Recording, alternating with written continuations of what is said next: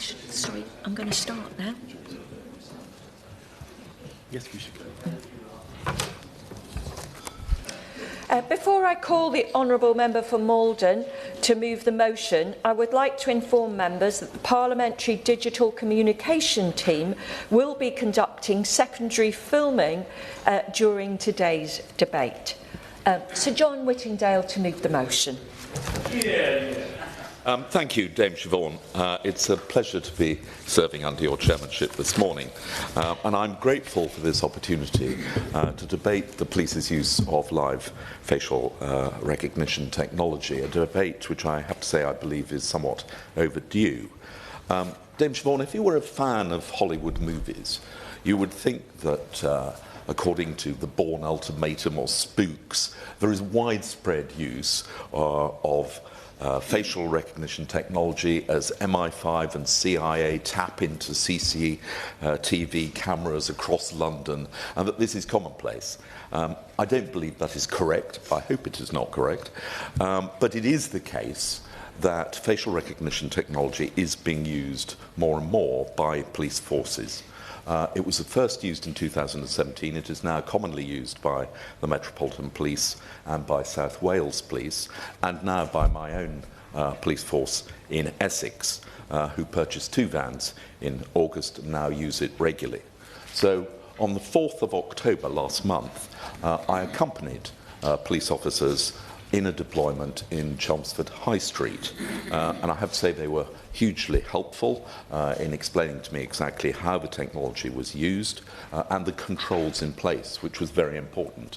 So they told me that they had a watch list of 639 individuals who had been approved by the superintendent and were wanted for questioning in relation to offences such as violence against the person, outstanding warrants, suspects linked to county lines, suspected shoplifters in that particular part of the county, and those with a sexual harm prevention order.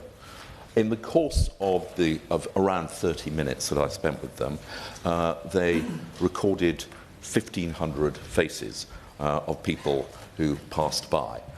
They assured me that those images were matched against the watch list to see if it registered a positive, and if it was not, then they were deleted in less than half a second. And during the time that I was there were approximately 10 positives, which led to a conversation. So a police officer would go and have a polite exchange with the person to find out why they had registered positive, and they checked them against the PNC or Athena. And it led that morning to 2 arrests. The Chief Constable of Essex has written to me and to colleagues to emphasise the effectiveness of the technology and its importance to them. And he told me that they have so far had 25 deployments across Essex, which has resulted in 26 arrests and 26 other positive disposals. And he says this cutting-edge technology has enabled us to keep the public safe and can save time and effort of our front line, allowing them to do other work to protect and support the community. Yes, I'll give way. Thank the Honourable Member for Govan Way and for securing this important debate. But there's assumptions that this technology disproportionately misidentifies black people and other communities. And so would the Honourable Member agree with me that more assurances needs to be put in place by the government to ensure that more black people aren't criminalised, because we know that black communities are over-policed and underserved? Well, I would certainly agree with the Honourable Lady that more assurances need to be given. That actually is one of the purposes of my asking to hold this debate this morning, because she's right that there are concerns being expressed. Would my honourable friend give way? I thank my honourable friend, and I agree with the honourable lady who's just spoken, but I think it goes deeper than that. I mean, there are at least 3 conditions, and I'm interested whether he tells us whether Essex met this, 3 conditions that ought to apply here. These things always ought to be under judicial oversight, not simply police decision. Secondly, he said, only the records of presumed guilty or actively sought people should be kept, and thirdly, that they should be that innocent people's records should be destroyed straight away. But that should not be left to a guideline. It should be under legislative control and properly treated in that way. I agree with my right friend. The problem at the moment is we don't really even have national guidelines. There is a complete absence, and that is what I want to come on to later in my remarks. But I will give way to the Shadow Home Secretary. Well, I'm extremely grateful to my right honourable friend for giving way. And I'd just like to add some context on this question about racial bias. Now, there were allegations of racial bias a few years ago, but the system being used was tested by the National Physical Laboratory about 2 years ago, and at the settings used by the police, it was found there is now no racial bias in the system at all. And that, in fact, was one of the conditions set in the Bridges litigation about 4 years ago. And I hope that gives my honourable friend, and indeed members here, some reassurance on the question of racial bias. It has been tested by the National Physical Laboratory. I think, as I understand it, it depends to some extent on the threshold at which the technology is set in terms of how many false positives are recorded. Yes, we'll give way. I thank my honourable friend for giving way. The report by the National Physical Laboratory actually said that it had to be set at 0.6 for it to have fewer misrepresentations, but there's no such thing as no misrepresentations or people who are not wrongly identified. And it's also very easy for a police service to lower that number, and because we have no judicial oversight of it, it is very problematic. I think the Honourable Lady is completely right. I think generally the police are being responsible in its use, and they are setting the threshold as recommended. But this is another example of where there is no requirement on them to do so, and they could lower it. And in the deployment in Essex, the Chief Constable tells me was just one false positive. But I have talked to a meeting which my friend for Haddon and Halton Price attended with me, with Baroness Chakrabarti, where Sean Thompson spoke to us.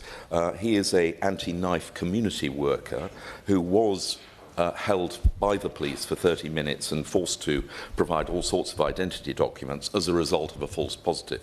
So the extent to which it is occurring and whether or not there is racial bias involved, there is certainly some evidence that that is the case, and obviously that makes it all the more important that we provide assurances.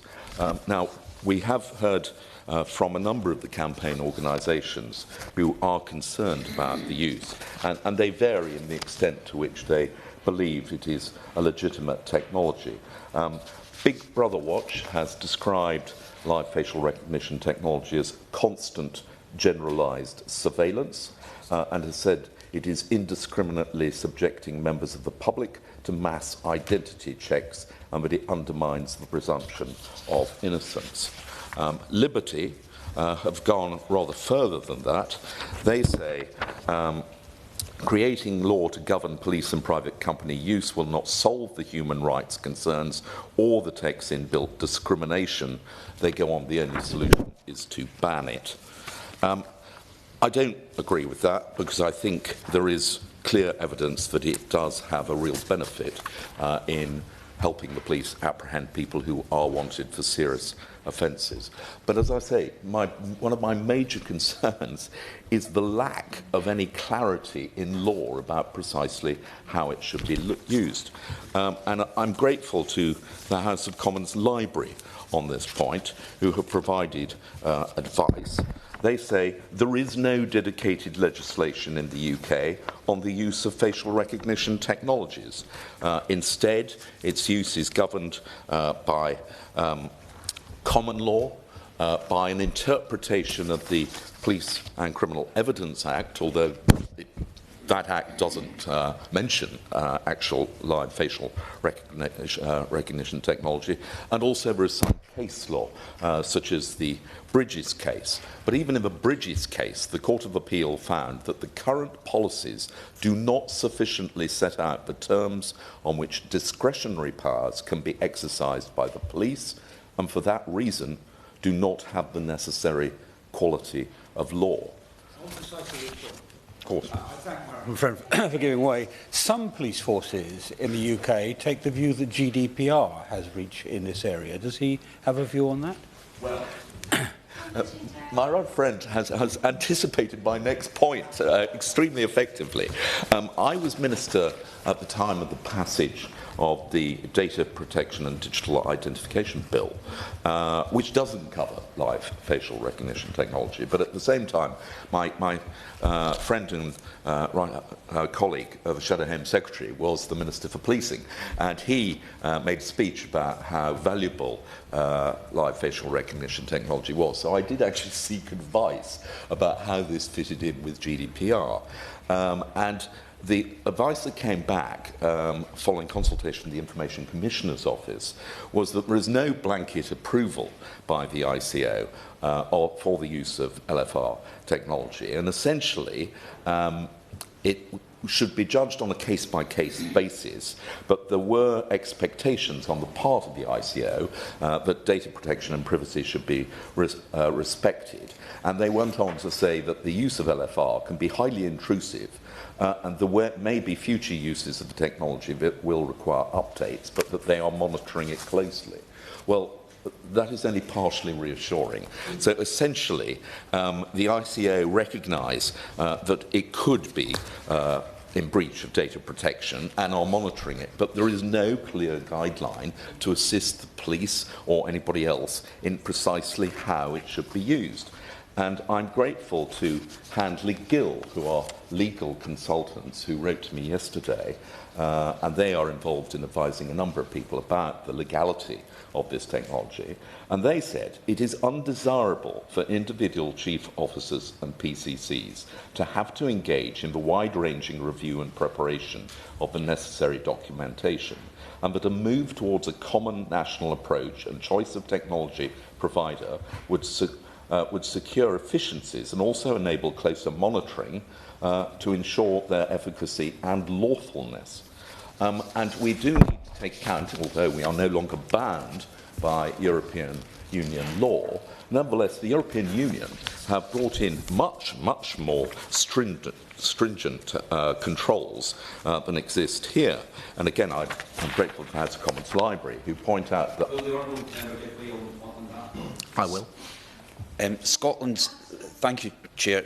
Scotland's Chief Constable said in September this year that it would be an abdication of her duty not to assess whether this AI tool could be used, and that the force was very much alive to it, describing it as a crucial tool to take violent perpetrators off the streets. In my view, it really is a balancing exercise in relation to balancing the need to tackle crime and keep people safe, but of course balancing that with the impact it may have on human rights and civil liberties. And the Honourable Member, I think, was about to move on to seeking to introduce stringent restrictions on the use of such surveillance. If so, what are they? And are you seeking to follow similar European states' legislation akin to the EU's AI Act? As I was suggesting, I think the EU's AIA, Artificial Intelligence Act, which does lay down very strong controls, actually almost goes too far in that it restricts the categories of individual who can be sought under the watch list to really quite a small number. And as the House of Commons Library said, the AIA Act prohibits the use of real-time remote biometric identification systems, such as LFR, in publicly accessible spaces for the purposes of law enforcement, unless such use is strictly necessary for one of the following objectives. And it goes on to list the search for victims of abduction or trafficking, missing persons, the prevention of a substantial and imminent threat to life, and the prevention of a genuine threat of a terrorist attack, or the localisation of a person suspected of having committed a criminal offence. So in Europe, the controls are very strong. In this country, it's left largely to police officers to interpret the law and to be reasonably confident, but there are legal challenges underway. Sean Thompson, who I met, is seeking judicial review of the police's actions, and the campaign organisations are also looking at legal challenges. So I think there is a real need for us to have clarity. And certainly when I was talking to the sergeant of Essex Police, who was in charge of deployment, he told me that in his view it would be really helpful if the police could have clear guidelines so that they didn't have to make these difficult decisions and to be able to appear and satisfy a court potentially that it was proportionate and justified in use. So this is a matter which, as far as I'm aware, has not been debated by Parliament before. In my view, it should have been, and there is a real need to seek clarity in the law, because ultimately there is a risk. It may be sound like science fiction, but it is possible that one day every CCTV camera in the country could be linked up, and that there could be a watch list of not 600 but maybe millions of people, and therefore whenever concerns expressed by Big Brother Watch in this particular instance, that organisation could be well named. I don't think anybody in the chamber wishes to go down that route. I think most people, I look forward to the debate, recognise there is some value, but I do think there is a need for clarity, and I'm grateful to the Shadow Home Secretary and particularly the Minister for Policing to coming and to contribute, and I look forward to what they have to say. I remind members that they should bob if they wish to be called in debate, and it seems everybody is. So the question is that the House has considered police use of live facial recognition technology. Dawn Butler. Thank you. It's a pleasure to serve under your chairmanship today. And I thank the honourable member, I can say honourable friend, if he doesn't mind, for Morden for securing this debate. And I have spoken to the Secretary of State and ministers in DCIT, and there is an awareness that we have to have a lot of considerate and careful thinking on this issue. Obviously, it's a new government that's just come in, and this isn't an issue that's just happened. As the member said, LFR was first used in 2017, so there's a lot that has to be done and clearing up that has to be done. Now, live facial recognition changes one of the cornerstones of our democracy, which is an individual is innocent until proven guilty. Now, with live facial recognition, if the machine says you're guilty because we've identified you through LFR, then you then have to prove your innocence. And that is a huge change in our democracy, which nobody has consented to. We haven't consented to in this place.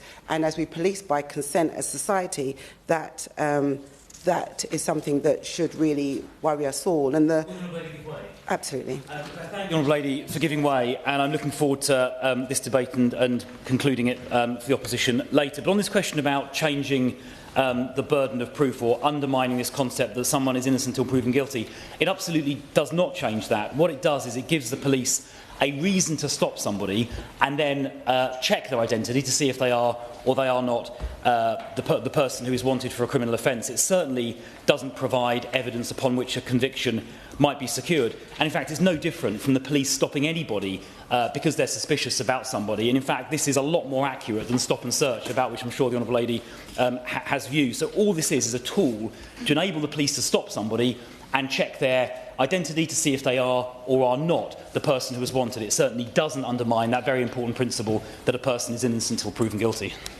I thank the Minister for that intervention. Now, you hit on a very important point, reasonable suspicion. What is reasonable suspicion? How did you get to that point? And if you're going to then make reference to watch lists, who's put on a watch list? Now, we know, for instance, the Met Police has hundreds of thousands of people on their system that shouldn't be on there. We know that the watch list can be people who they consider to be vulnerable, people who have mental health issues. But it basically is people who are subject to, it could be anyone. It could be anybody in this room could be put on a watch list. So I'm afraid you haven't quite nailed the point that you were trying to make.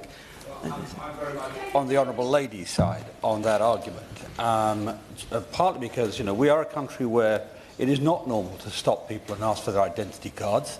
That's why we've had a few battles over that in the past. But also, this technology is prone to slippage. Way back when, probably when she was still at school, we introduced ANPR in order to monitor Irish to IRA terrorists coming from Liverpool to London. That was its exact purpose. It got used for a dozen other things without any legislative change thereafter and without any approval by Parliament. Sorry. Could I ask them to keep interventions as interventions? Dawn Butler. So yes, it's really important, and it's really important that we talk about this very openly. That's what we're supposed to do in this place, right? So watch lists, anybody can be put on the watch list. 7 police forces are currently losing LFR. One that I know of, I'm not sure of the others, but the Metropolitan Police is in special measures. So I don't think they should be given any additional powers whilst they're in special measures.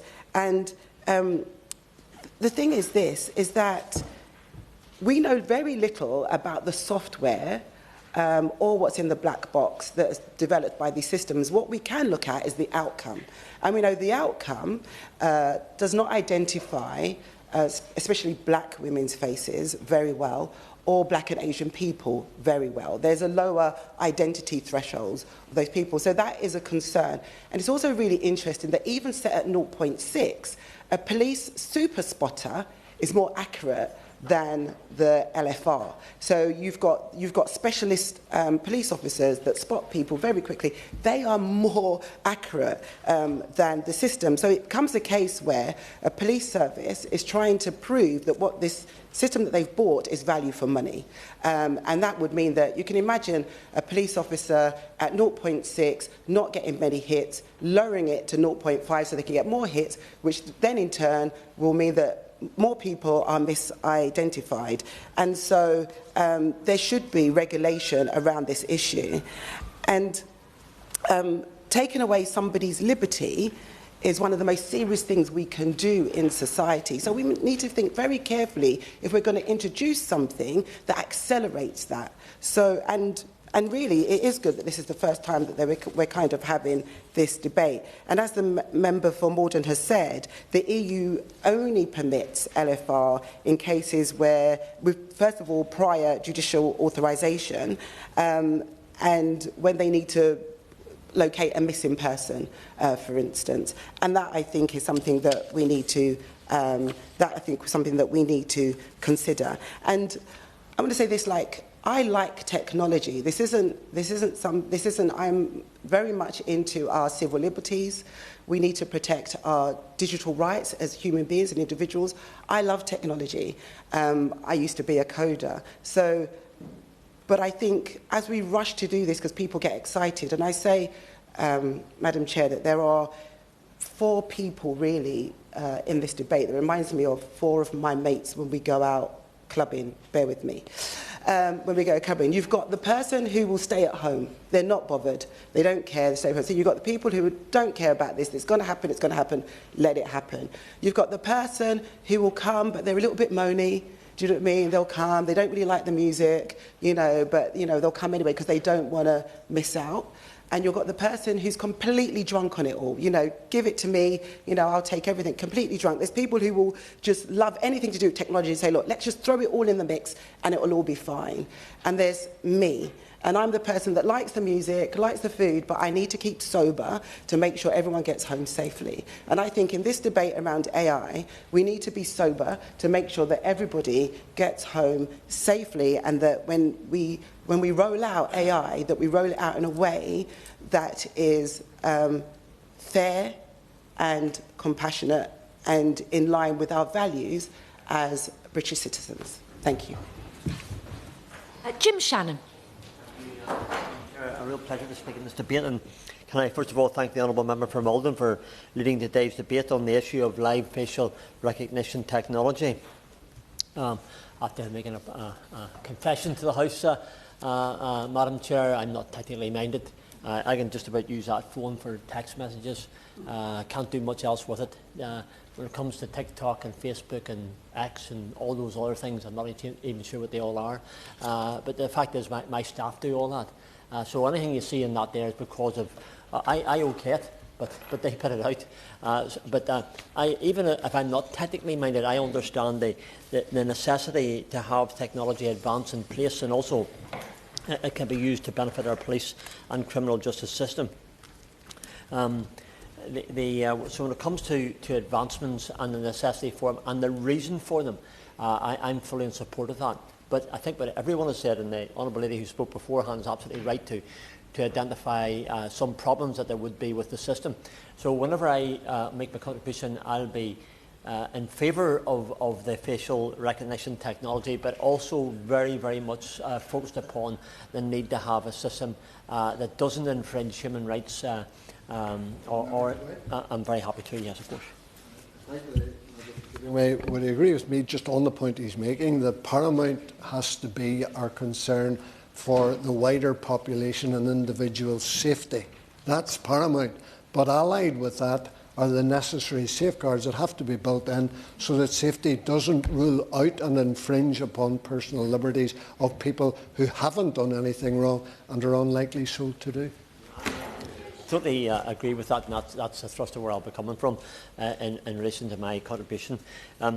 It was incredibly helpful to have the Right Honourable Member for Malden's comments and the fact that he was able to join with some police forces and to see how the live facial recognition works.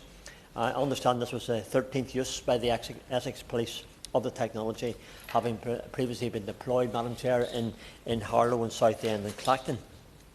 Essentially, Madam Chair, the equipment works by scanning faces of all individuals seen by a camera and comparing it to a predetermined watch list.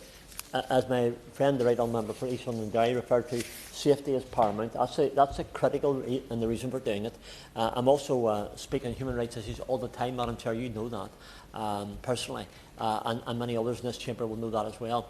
So I want to make sure when we have a technology in place, human rights are not abused or disenfranchised or people feel threatened. Innocent people should never feel threatened, of course, Madam Chair, and that wouldn't be the case. But for those who have concerns, technology has already proven itself. It led to a number of arrests for people wanted for serious offences such as sexual abuse, domestic violence, aggravated burglary and shoplifting. A Freedom of Information request was submitted to the PSNI. I want to give a quick comment about the PSNI and back home and what we're doing. The Freedom of Information was requested in late 2022, and it concluded that live facial recognition is not currently used in Northern Ireland.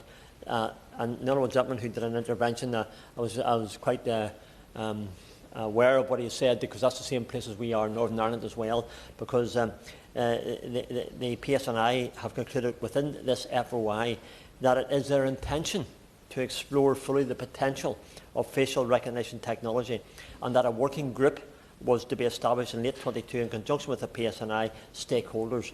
So the principle of the necessity to have it and why it's necessary is there already in place, but we need to have the safeguards in place. Last week in this House, and just in this place here, we were in a debate which is sponsored by the Honourable Member for North Down on the importance of funding for local policing. There are clear examples across the United Kingdom that the live facial recognition does work and is extremely beneficial in the prevention and conviction of crime. So perhaps this is something that could be funded through the Barnett Consequential. Government will tell us, of course, that they've set aside, so, and we thank them for that, the extra money for Northern Ireland. But nonetheless, if it can help the police forces, then it's something that needs to be looked at from that aspect. There have been numerous concerns that have been raised, Madam Chair, in relation to the use of LFR within our police force. Surveys have revealed that the British public are mainly concerned with policy infringement, surveillance, consent and unethical use of facial recognition by the police. The Honourable Lady very clearly said that in her contribution, as others have as well. In comparison, however, these concerns were also shared by police officers that there could potentially be impacts on legal and human rights of citizens. I will always speak up for human rights abuses for where it is highlighted and where infringements take place. So I seek from the Minister, who we all have an incredible respect for, and it's good to see her in her place, and we look forward to her contribution and replies to us as well. How that can be assured and how that can carefully be covered. Invasions of liberty and privacy are of major concern. If it was to be, this would be widely used across police forces. There must be assurances in terms of public safety. I conclude with this, Madam Chair. There have also been concerns raised in regard to false positives, and I think that's one of the. I don't pretend to understand the technology, but others have explained it, where it can be turned down from 0.6 to 0.5, and that can give a wider spectrum of people, and I understand that. And the damage it can then potentially cause for people and their reputations.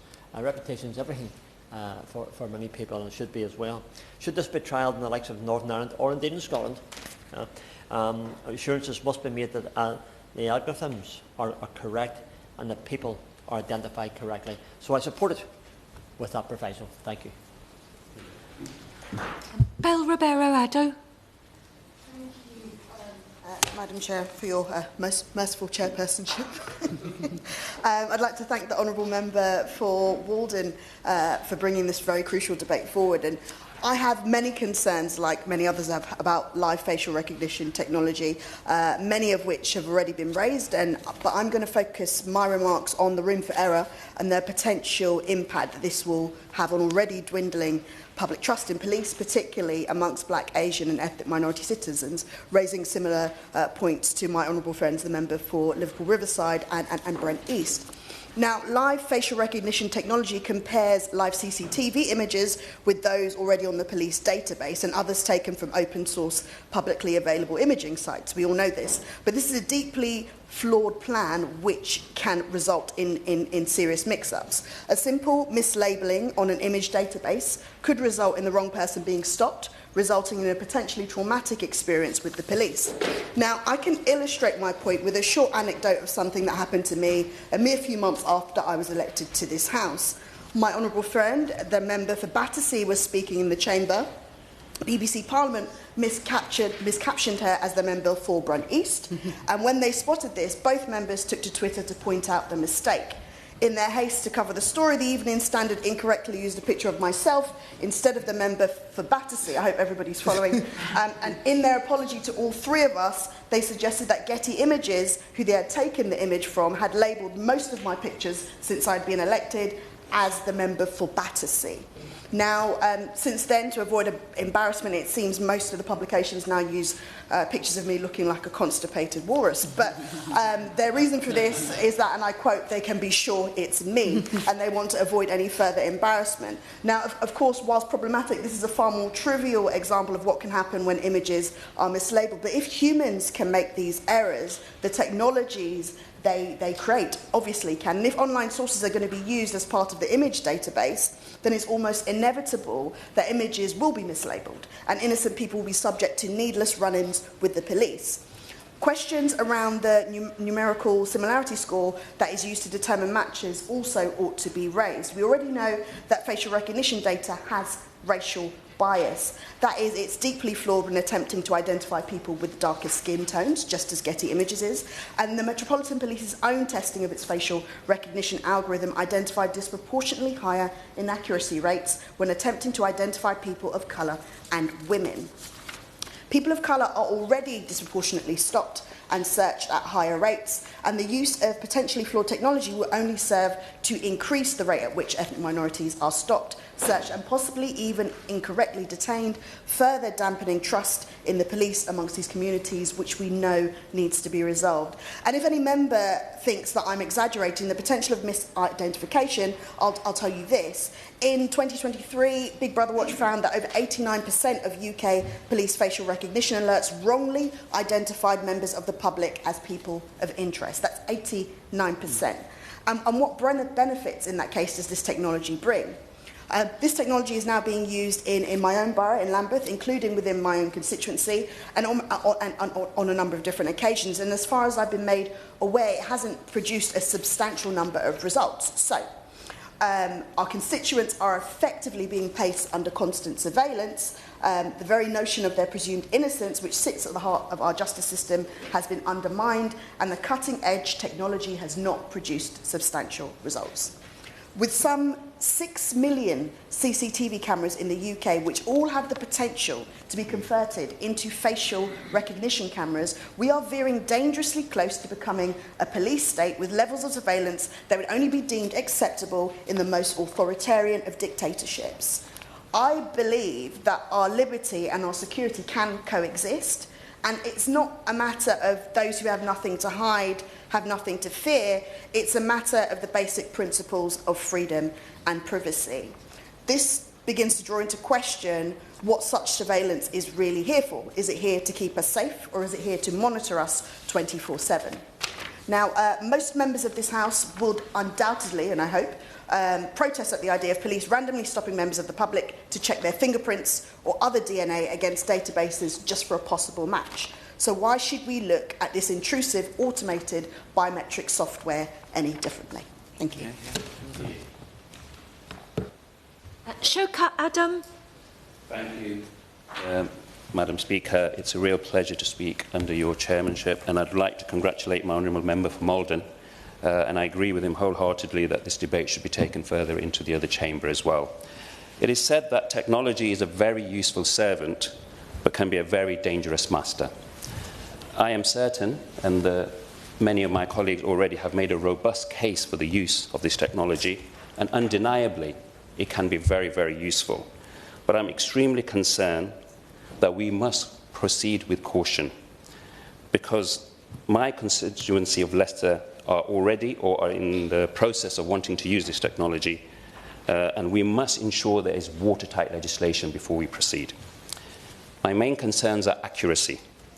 We must ask, is it fit for purpose? Because according to Stopwatch, a UK coalition of academics, lawyers and activists, a spokesperson said that there is a very, very little evidence of the efficacy of LFR deployments.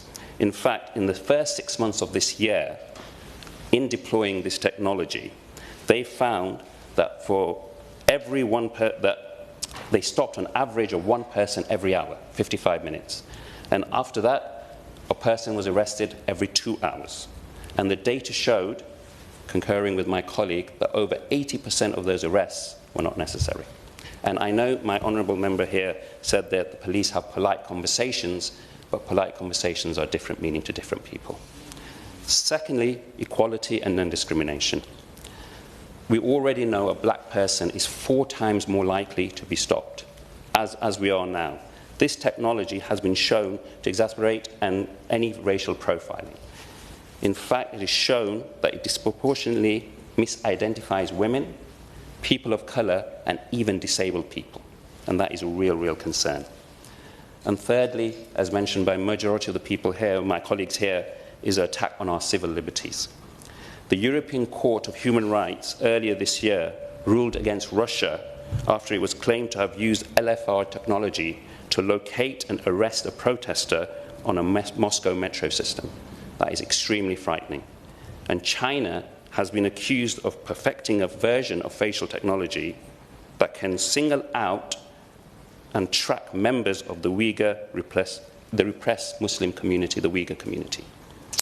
We must acknowledge the above concerns and ensure, like the EU, have stringent legislation, the Artificial Intelligence Act of 2024, before it becomes widespread use and it becomes our master. Thank you. Yeah. Sean Berry. Thank you very much, and thank you to everybody involved for coming to this debate and for holding it in the first place.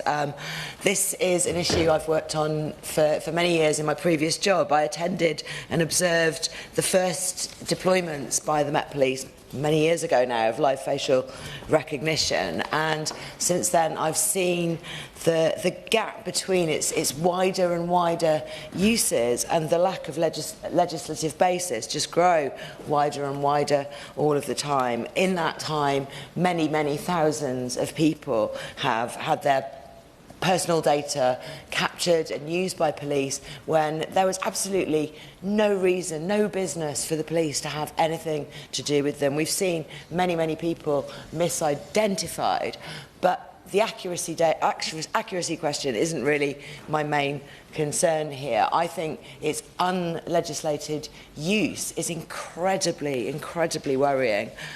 In my previous job on the London Assembly, I asked many questions of the Met and the Mayor of London.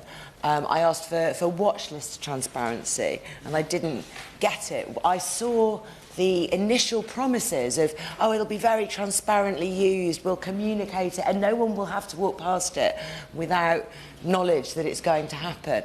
All those reassurances just faded away because there isn't real scrutiny and legislation going on. We do need to debate this from first principles. We have had proper debate about identity cards, about fingerprint and DNA data, as other members have pointed out, but not this extremely intrusive technology. And it's more concerning in many ways than those other technologies because it can be used on you without your knowledge. This really does engage your human rights in very profound ways. Because of this, the use of facial recognition by the police has been challenged by the Information Commissioner, the Surveillance Camera Commissioner, the Biometrics Commissioner, London Assembly members like myself, as I used to be, Senedd members, members of Parliament here. But the only detailed scrutiny here of this technology has resulted in calls for a halt to its use from the Science and Technology Committee, and the Justice and Home Affairs Committee has also called for primary legislation. I think this is the absolutely key question here. In the EU, they have had this debate, they have looked at it in detail, and this has resulted in the precise use we see so much in the UK by police being restricted to only the most serious, the most overseen cases of genuine public safety. This absolutely needs to happen. I also think that the legislation needs to look not just at police uses, but also at private uses. I've also seen its use by private companies in the private-public space in King's Cross occurring, data there being shared with the police initially denying they knew anything about this, and then later apologising for that denial. If private companies are collecting this data and sharing it with the police, that needs to be scrutinised. If private companies are using it, then that needs to be legislated for as well. I will. Way making an incredible, powerful speech. Is she aware of the Big Brother Watch campaign to try and stop large shops taking people's faces and saying that they're shoplifters, and then they're getting stopped in other places and they're not? Is my own friend aware of that? I thank the member for their intervention. Yes, I am aware of Big Brother Watch's excellent campaigning on this issue, and they have very much there identified a serious breach of human rights, potential for serious injustice of people being denied access to their local shops based on a suspicion that has put them on a watch list that may or may not be true. There's no oversight of this. We need to debate these things and legislate for them in the most serious way. I have asked the Minister here today a written question about putting this, some regulation and legislation behind the police use of live facial recognition. And the answer was that it's governed by data protection, equality and human rights legislation, supplemented by specific police guidance. I just simply do not believe that police guidance is sufficient when we have these enormous risks to human rights. We need to have debate on primary legislation. And I really hope that the Minister today will announce and talk to us about the fact that they will start that process really soon, and that we won't have to sit with this unlawful grey area invading all our privacy for very much longer. It's really very urgent, in my opinion. Yeah. Jonathan Hind, the member didn't want to speak. OK, apologies. I call James Murdoch. Thank you very much, Madam Chair. I really appreciate the debate we're having today, because it's surprising we've got to where we have today without more actual legislation and firm frameworks in place. And one of the phrases that I've really liked is about first principles, because if we talk about the first principles of police without fear and favour, that is an exceptional phrase that, if perfectly implemented, we would all benefit from. Of course, we recognise in the real world there is no such thing as perfect. Now, I'm very grateful that concerns have been raised about how this impacts the assumption of innocence, because we should be very, very, very careful about that, all of us. But I also appreciate the point that was made that it doesn't actually impact innocence. What it does, though, is give an opportunity for a human being to check. And if that's done properly, that is no bad thing. Where I think we're absolutely right to discuss this in legislature and put it into serious terms is the danger of unofficial assumption of guilt.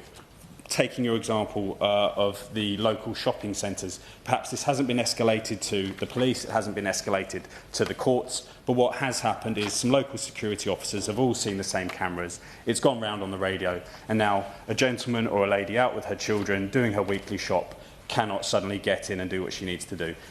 And I think that could be an extremely pervasive and damaging thing that could slip very easily under the radar, so we should all be very mindful of that.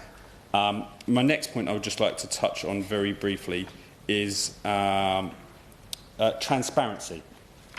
So where this clearly is a developing technology, I think we would be wrong not to look at its benefits, but we would also need to be very, very mindful about the harm it can do along the way. So, for example, if we do have people who are being finding they're getting an unfair crack of the whip through this. I think that's probably an inappropriate term.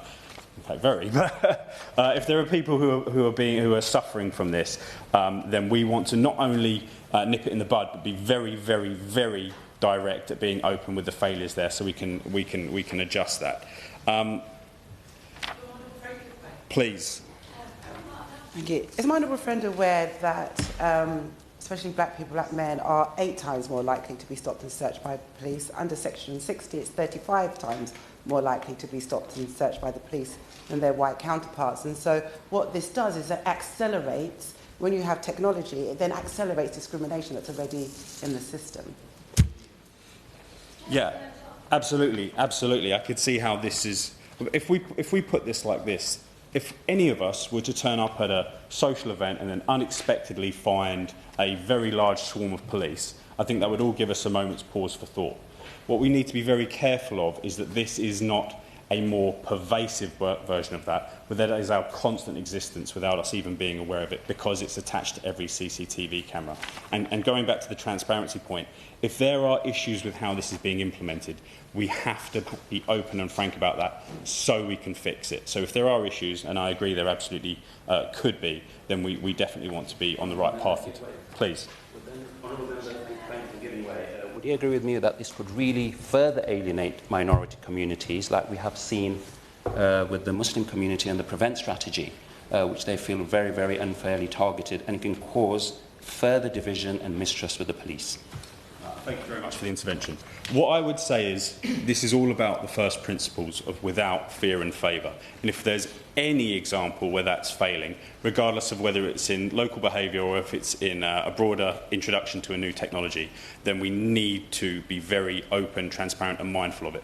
Because we do live in a world where not everything we're doing is being done perfectly, but we also are seeing that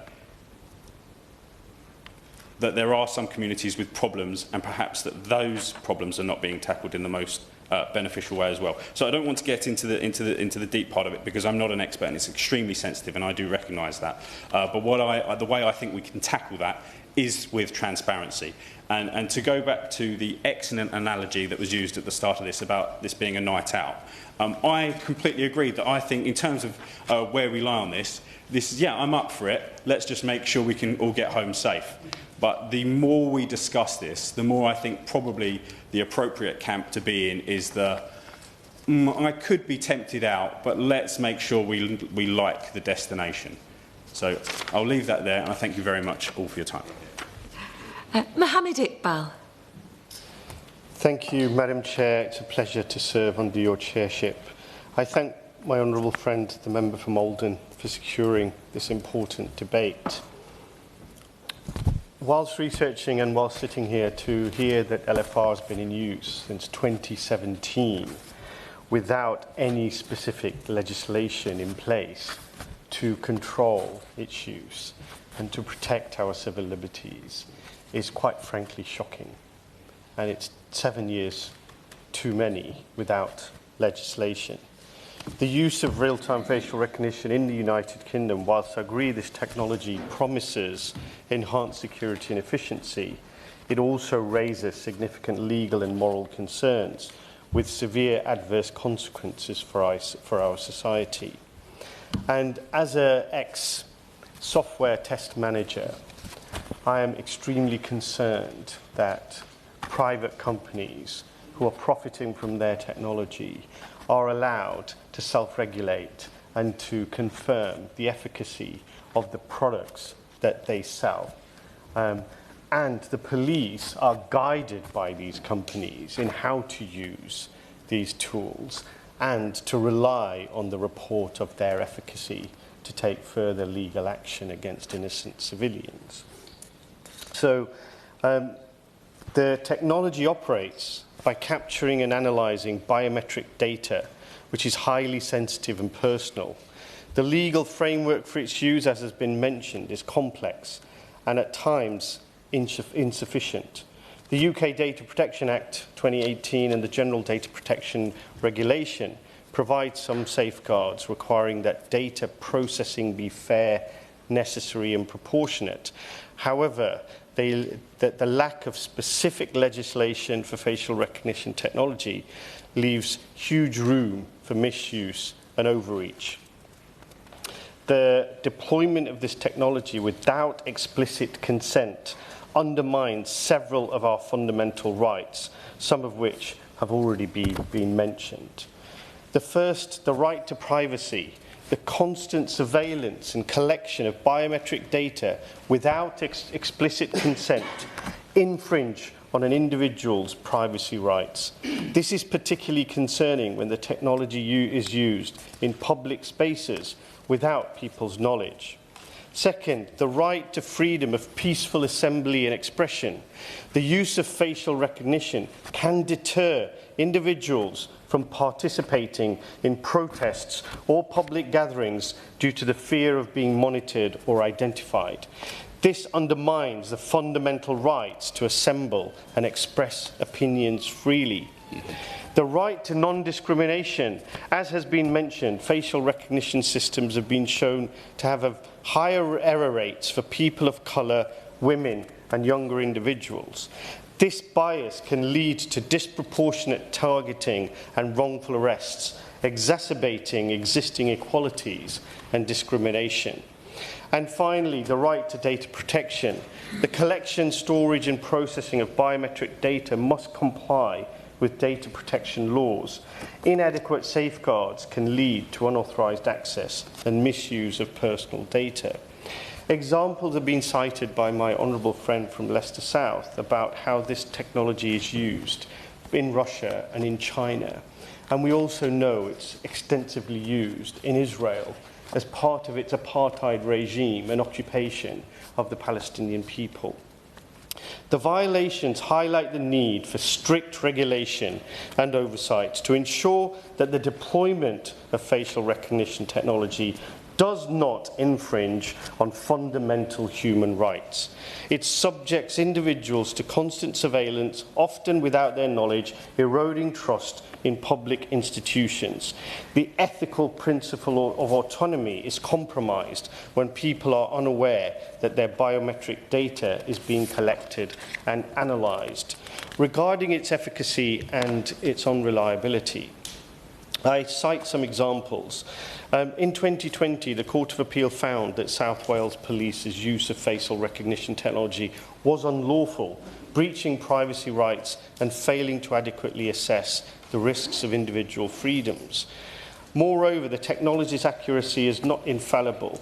Misidentifications can lead to miscarriages of justice where innocent individuals are wrongfully accused or detained. The disproportionate impact on black and people of colour. The impact of FR technology on black and people of colour is particularly concerning. Research has consistently shown that these systems are more likely to misidentify individuals from these groups. For example, and I don't know how old this study is, the study by the National Institute of Standards and Technology found that FR algorithms were up to 100 times more likely to misidentify black and Asian faces compared to white faces. This disparity not only undermines a technology's reliability, but also perpetuates systemic racism. In practice, this means that black people and people of colour are more likely to be subjected to unwanted surveillance and scrutiny, which can lead to a range of negative outcomes. Other examples of miscarriages of justice and misuse. In one instance, the Metropolitan Police used FR technology at the Notting Hill Carnival, leading to the wrongful identification and harassment of innocent individuals. These and the other examples cited by my honourable friends underscore the potential for significant harm when this technology is deployed without adequate safeguards. In conclusion, Madam Chair, while facial recognition technology offers potential benefits, its deployment must be carefully regulated to prevent misuse and protect individual rights.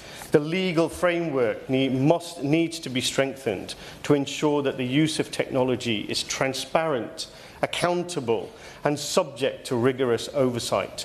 We must also address the inherent bias in these systems to prevent further entrenchment of racial inequalities. As we navigate the complexities of integrating new technologies into our society, let us prioritise the protection of our fundamental rights and ensure that advancements serve to enhance rather than undermine our collective well-being. Ayub Khan. Thank you, Madam Chair. Can I first of all thank the Honourable Member for Morden in securing this very important debate. It's very difficult to follow my Honourable Member for Dewsbury and Batley after a very comprehensive presentation. But can I just come from a very different perspective in relation to this debate? As a criminal barrister by profession, in trials that I've conducted in the past, we've had difficulty with experts when they have identified suspects which are charged with very serious cases, and two experts with relevant IT facial recognition software find it difficult to come to the same conclusion. So one expert will be saying in a trial that this is highly likely fitting of this particular defendant. Confidence level, maybe 50 or 60%. Where another expert in the same trial will counter-argue and say, well, there's dissimilarities in the face and the image that we've been able to capture. And so ultimately it's a matter for the jury as to whether they accept one expert's opinion over another. And that is, at present, we have counter-arguments with facial recognition technology and experts. So what concerns me about this idea of allowing the state, in essence, to deploy this kind of technology in high streets, for example. In Birmingham, my honourable member has already raised the multiple times of disproportionate stops and searches, 9 times I think when it comes to black males. What impact will facial recognition live transmission data have in the city of Birmingham? It's going to have an enormous impact, because we know, and my honourable friends and members have already raised the difficulties in terms of the percentages of recognition and errors.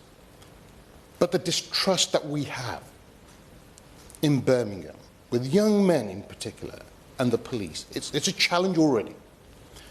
And what will this achieve? Well, will young men start wearing more face coverings in city centres? How will this be used, even if it is legislated properly? I mean, will, for example, the police have to notify that we are using this facial recognition technology in the bullring today, between the hours of 10 and 10. It doesn't seem to me serve any real purpose. I mean, we've got a very effective police force in the West Midlands. They use CCTV, which we have all over. You go onto any street in Birmingham, you will find tens of hundreds of houses which have CCTV on their homes. And they've used that to great effect. A crime has been committed, and they track back and they prosecute. And we've had so many successful prosecutions in very serious crimes like murder, violent crimes, and so forth.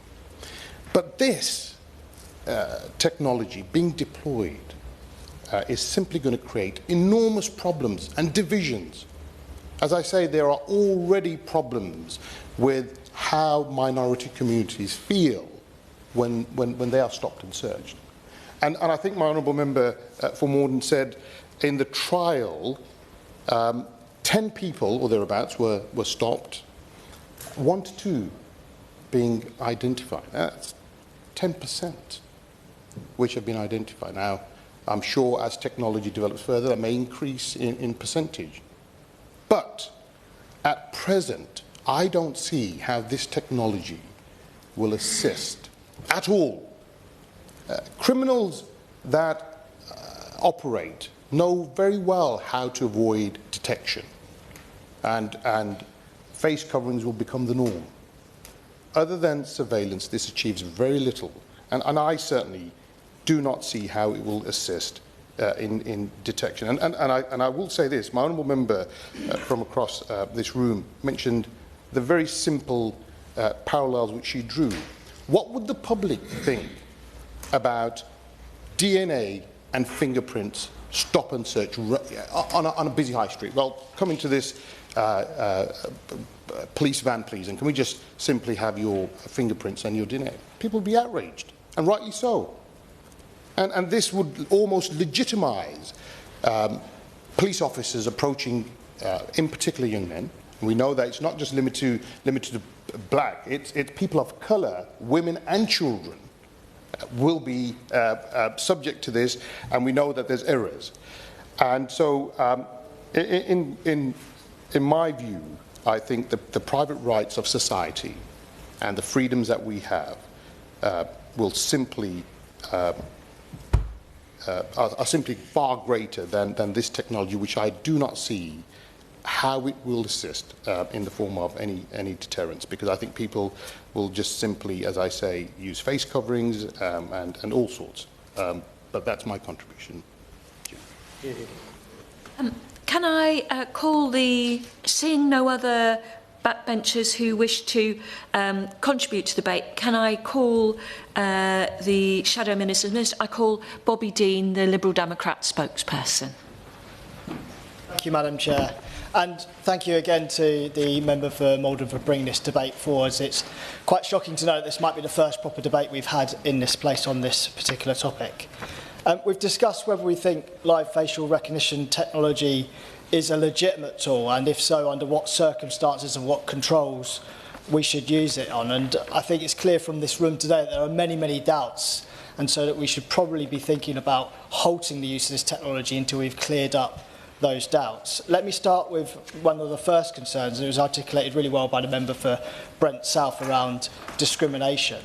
It's clear that black people and people from other communities are going to be disproportionately likely to be misidentified by this technology. And that's going to... Yes, I'll give way. Thank you. The reason I've intervened, and I'm very grateful that you've let me, is because I just want us all to be careful that we aren't speaking in terms of making assumptions that aren't necessarily right. Now, I'm not trying to take a firm position here, but there have been a number of comments from a few places around the room on racial disparity. And I think it would be remiss for us to just let those things be said without making the point that I'm not 100% sure that all those things are 100% accurate. For example, the Minister has very clearly... Could I just ask the member, I apologise for this, put could he just explain what his intervention is, briefly? Of course, thank you. On the topic of racial disparity, which I think we should all treat extremely seriously, possibly one of the most serious things we can do to benefit our society is to discuss this and get it right. But if we are going to discuss it, can we please not make any leading assumptions? Because we live in a fair society, we live in a very, very good society, and I think if someone was to listen to this debate just as a standalone, they would possibly walk away with an impression that I don't believe would be strictly fair.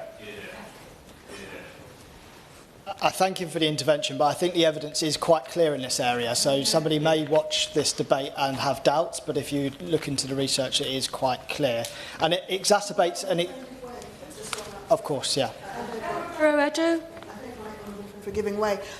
Just to make the point further to the Honourable Member's point, that just about every single time in which somebody has stated issues of racial discrimination in this technology, they have cited sources which people can go and have a look at. So for the benefit of the public and yourself, I think it's very important to note that these are not just general assumptions being made. They are based on data and they are based on evidence. And there are much further things that we could give you, like my own personal experience and the experience of others, but those specific points were made with evidence. Thank the member for the intervention, and I agree, some evidence has been cited in this hall today, but there are other pieces of evidence you can look at. And let's not forget, this exacerbates an existing known problem, particularly regarding the Met Police in London, where I live. The black communities feel over-policed and underserved, and that is something that has built up a trend over time, and the use of this technology could just exacerbate that problem further. There was also a comment made by a member over here about how polite conversations are not always registered as polite conversations. That's because of the persistence of those conversations over time, right? That repeat polite conversation starts to become an aggressive conversation in the context of somebody receiving it, if it is that persistent. And there was also discussions about the findings of the National Physical Laboratory, but it's clear that those findings are disputed, and it's clear it's disputed, it's been disputed in this hall today, and so until we get to the bottom of that, I think we need to think carefully about the controls we have in relation to discrimination. The second point I want to talk about is just the general principle of privacy. As a Liberal, I've got a general depression about how we've come to devalue privacy in our society and then trade it away for other societal aims far too readily. We often hear the claim that if you're not doing anything wrong, then there's nothing to worry about, as if that is the only value to privacy, to hide things that you might be doing wrong. But of course that is not the case. Privacy delivers so much more than that. It delivers personal well-being. It gives you control over your own personal data and yourself. It allows you to have freedom of association. It allows you to have dignity, and I think we need to be very careful before we so readily trade away the principle of liberty and of privacy in pursuit of other goals in society. The third thing that's been discussed at length is around the opportunity for slippage with this. We would think that something like this would come with strict controls, and it's clear that at the moment we have the opposite. In fact, Big Brother Watch described it as a legal vacuum, and the member for Brighton Pavilion has talked about how we've seen this creeping expansion in its use in London. I've seen that myself. What started off being large-scale events, perhaps a football match, has turned into routine trials in high streets like mine in Sutton. We've also seen the use of the technology expand in terms of the photo usage. So what started off with photographs of people known to the police for good reason has been expanded to potentially becoming about everybody who has a passport photo, everybody has a driving licence photo as well. And so what starts with stuff strictly about warrant breakers and sex offenders could expand to pretty much anything a government of the day wants. And if you think about the clampdown on protests of the previous government, I think that has chilling impact potentially on the rights to freedom of association. So in conclusion, with all of these doubts, it's clear that we need proper parliamentary consideration of this issue. The Lib Dems would like to ask the Minister to immediately halt the rollout of live facial recognition technology until we get this right. It should be down to this place to determine what the correct controls are and whether or not there is a legitimate use of it at all, given all the concerns around discrimination and privacy. And I'll just end with that privacy is a fundamental civil liberty. We have undervalued it far too much in recent times, and this gives us an opportunity to protect it, and I think we should take it. Thank you. Shadow Minister. Thank you, Dame Siobhan. It's a pleasure, as always, to serve under your chairmanship. Let me start by congratulating my right honourable friend, the member for Malden, for securing this debate and for the characteristically thoughtful manner in which he approached his speech earlier. Let me also take this opportunity. I think it's the first time I've appeared opposite the new police minister, who's now doing the job I was doing until a few months ago. I congratulate her on her appointment, and I really do wish her well in the job. I hope she makes a great success of it. And while, of course, I'll hold the government to account, I will do everything I can to constructively support her in making the job a success. And I really do wish her well in the role. And I would like to just start by reminding colleagues of the way that live facial recognition works. It is, by the way, different to retrospective facial recognition, which we haven't debated today, and I don't propose to go into in the interest of time. But live facial recognition starts with a watch list, as some people have said, of people who are wanted by the police. Now, it is not the case that anyone can get on this watch list.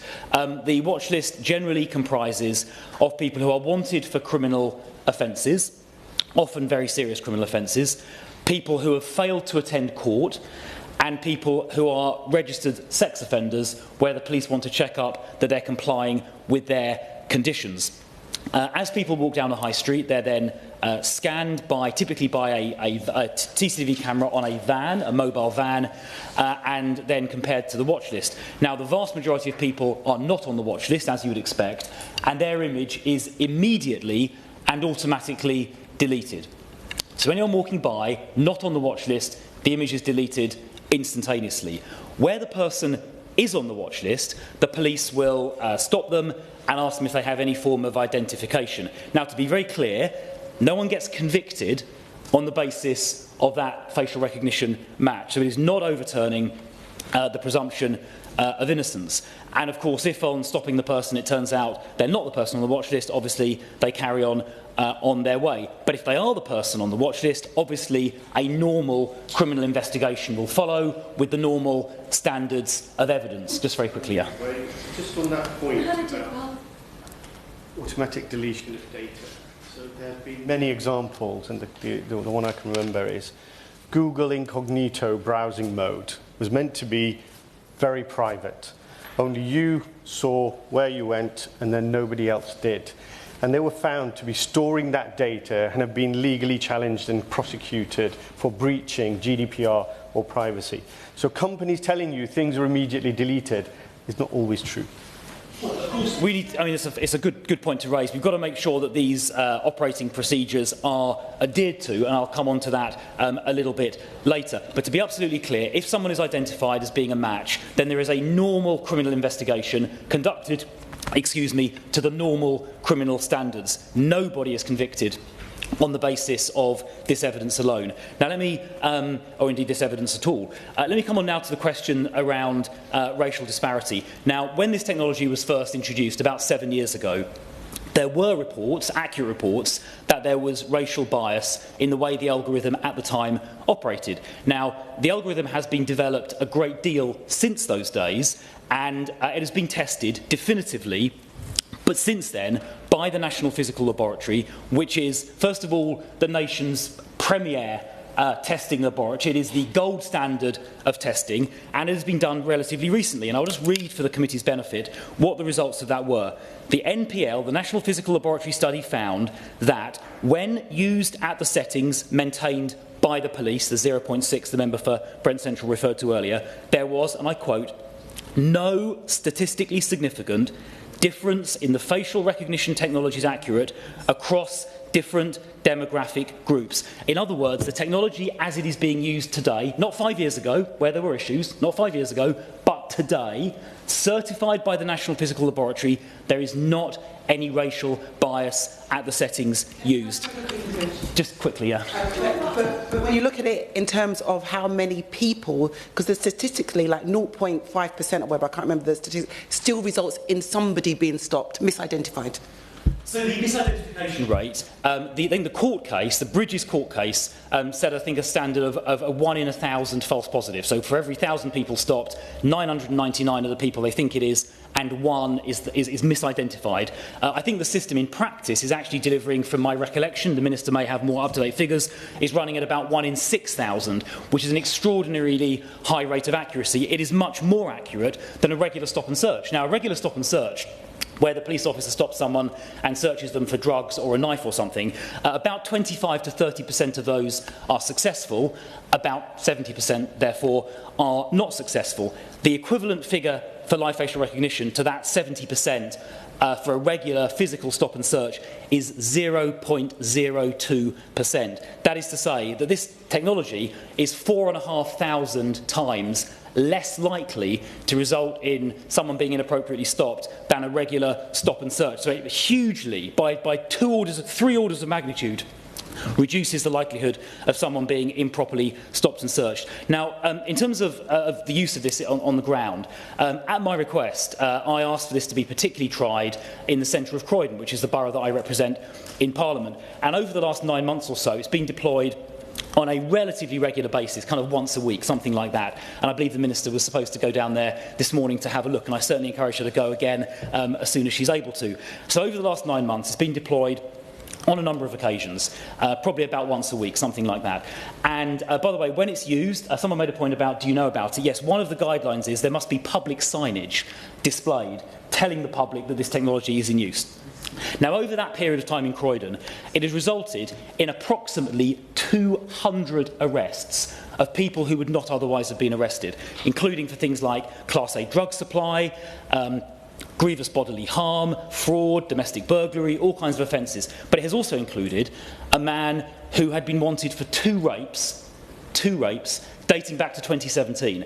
That is a man who would, to this day, still be free, a wanted rapist, were it not for this technology. And just a couple of weeks ago, a man was stopped and subsequently arrested in relation to a rape allegation from June of this year. So we're getting people who have committed, or alleged to have committed, rape, who would not have been arrested, would not have been stopped. They'd be still walking free, were it not for this technology. It was only the fact they walked past a camera outside East Croydon Station or somewhere that they were stopped by the police. And of course they'll now have a normal trial with the normal standards of evidence. But they wouldn't have been caught in the first place were it not for this technology. And when I talk about this to people in Croydon, to like public meetings and that kind of thing, I've done quite a lot of public meetings on this, and you explain, look, these are the people that get caught, but the price we as the public pay for that is that if you walk down Croydon High Street, you might get scanned, and if you're innocent, your picture gets immediately deleted.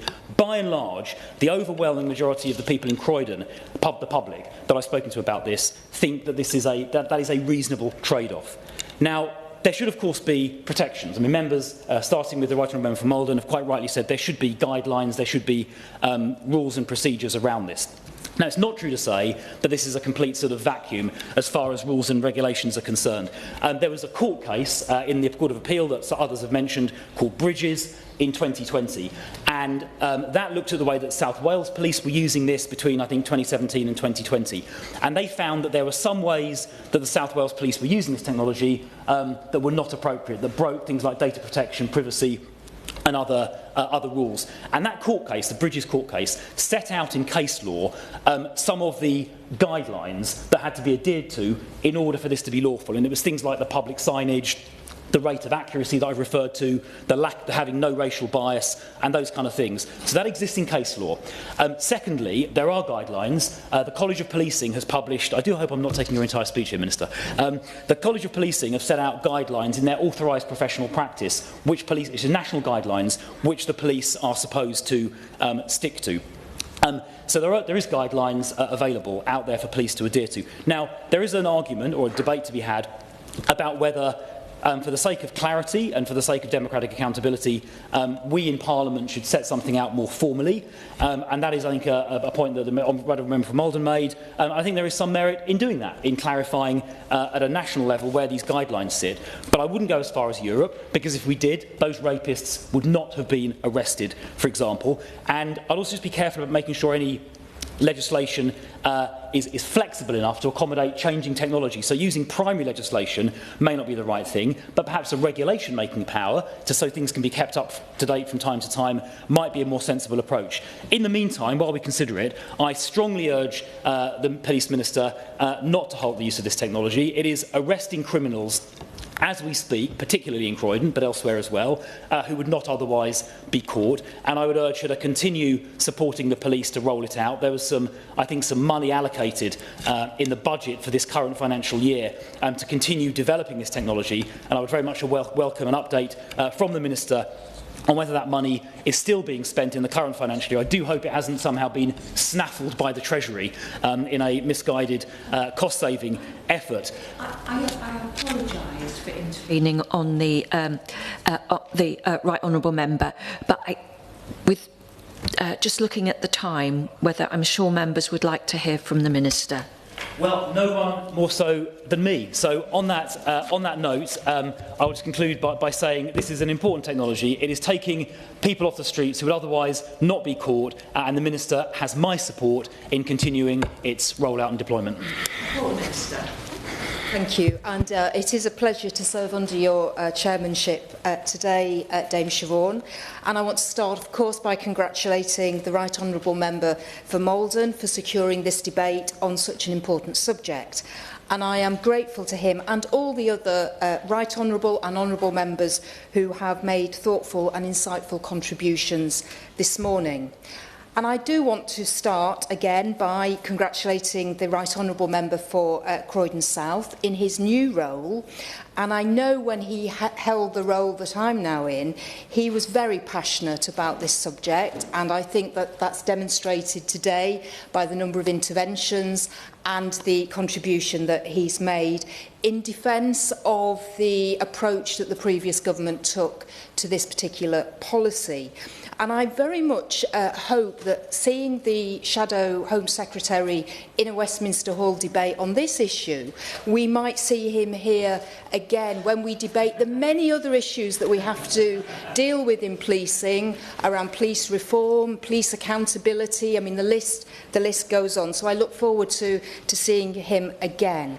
I also just wanted to say that I thought the debate has been a very good debate, and we've ranged from discussing the Jason Bourne films to actually a night out with my honourable friend, the member for Brent East.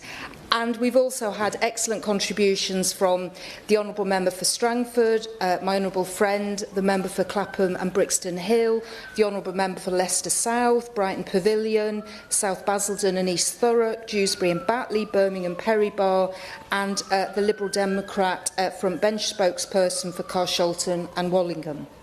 So, what I wanted to do is to deal with, I think, the complex issues that we've been discussing this morning that members have set out, I think, so eloquently. I think at the heart of this is the fact that we are dealing with a powerful technology with the potential to actually to be transformational for policing.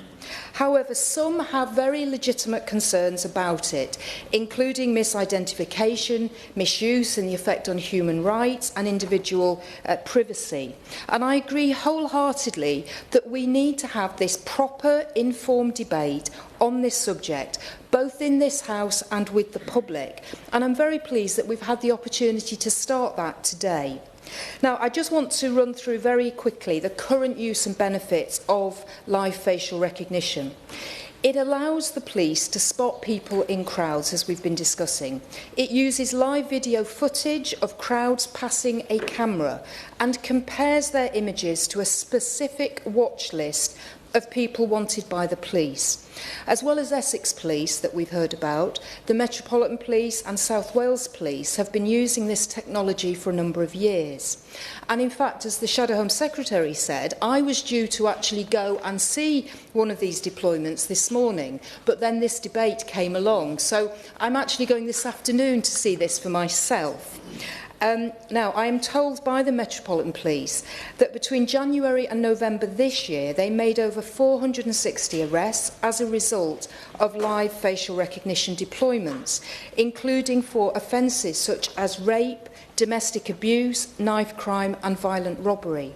In addition, over 45 registered sex offenders have been arrested for breaching their conditions.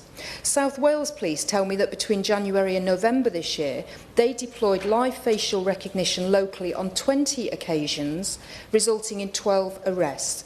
They also located a high-risk missing young girl who they were able to safeguard from child sexual exploitation and criminal exploitation. And Essex Police, as the Right Honourable Member for Maldon has attested, have also had considerable success with their use of this technology. So the potential of live facial recognition to contribute to our Safer Streets mission is clear. It could make our streets safer for us all, particularly women and girls, by helping the police to identify wanted people quickly and accurately. It could also save precious police time in doing this. And rapid advances in the technology and improvements in the accuracy of algorithms increase this potential.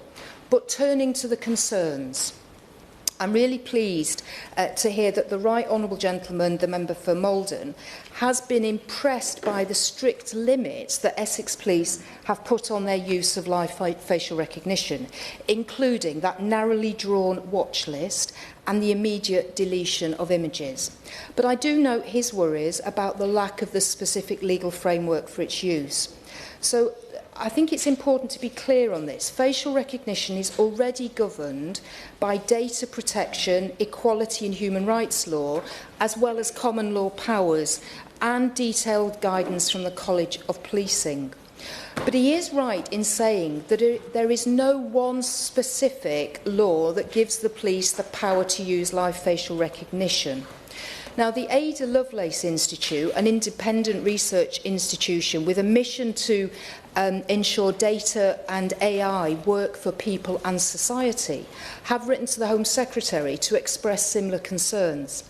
They believe the only way the use of these types of technologies could be safely and successfully scaled up is with the introduction of a statutory regulatory framework.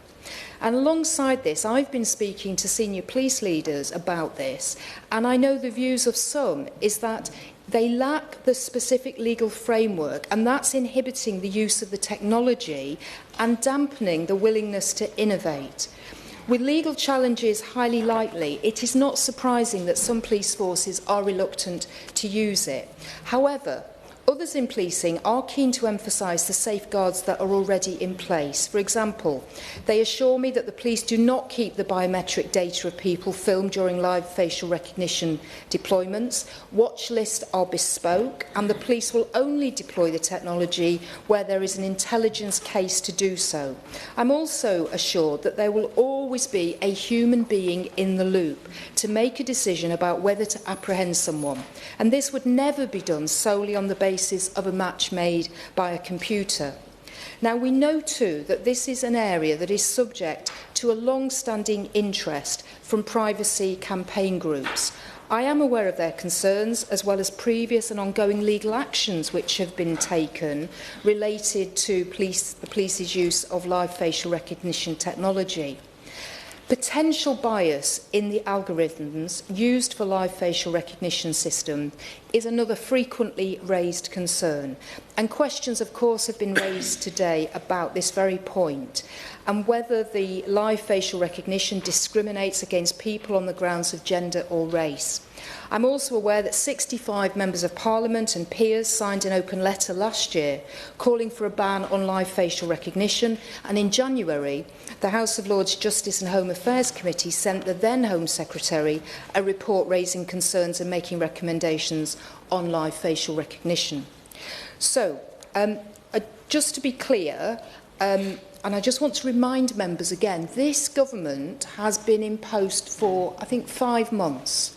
So just set that in context against the previous 14 years of the previous Conservative administrations that have been in place. This government wants to take time to listen and to think carefully about the concerns that have been raised as well as how we are best able to enable the police to use live facial recognition in a way that secures and maintains public confidence. As we've heard today, facial recognition technology is a powerful tool. In considering its present and future use, we must balance privacy concerns against the expectations that we place on the police to keep our streets safe. We particularly need to consider how much support the police may need from government and Parliament to set and manage the rules for the use of technologies such as facial recognition. We must think about how we protect the public from potential misuse of these technologies, and we need to think about how the application of the rules and regulations are scrutinised. I am therefore committed to a programme of engagement over the coming months to inform this thinking. Building on initial conversations with policing, I'm holding a series of roundtables, including with regulators and with civil society groups, before the end of the year, and I'm looking forward to hearing first-hand from a broad range of parties on this subject. Now, I'm noting that I'm running out of time and there is much more that I want to say on this. I do want to confirm that there is money that's being spent this year on the rollout of the live facial recognition vans that are being equipped to carry out this work. But there is a full evaluation of that work going on, and I very much look forward to the House having further opportunities to debate this issue in the coming weeks and months. Order, order. Sorry, you didn't get the chance to sum up. Thank you, Dave. Oh, no, sorry, the debate's finished. Order, order is code for clear off.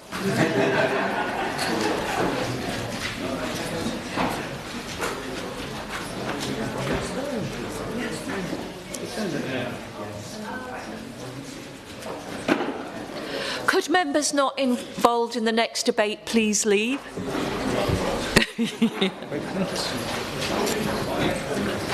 Westminster? No.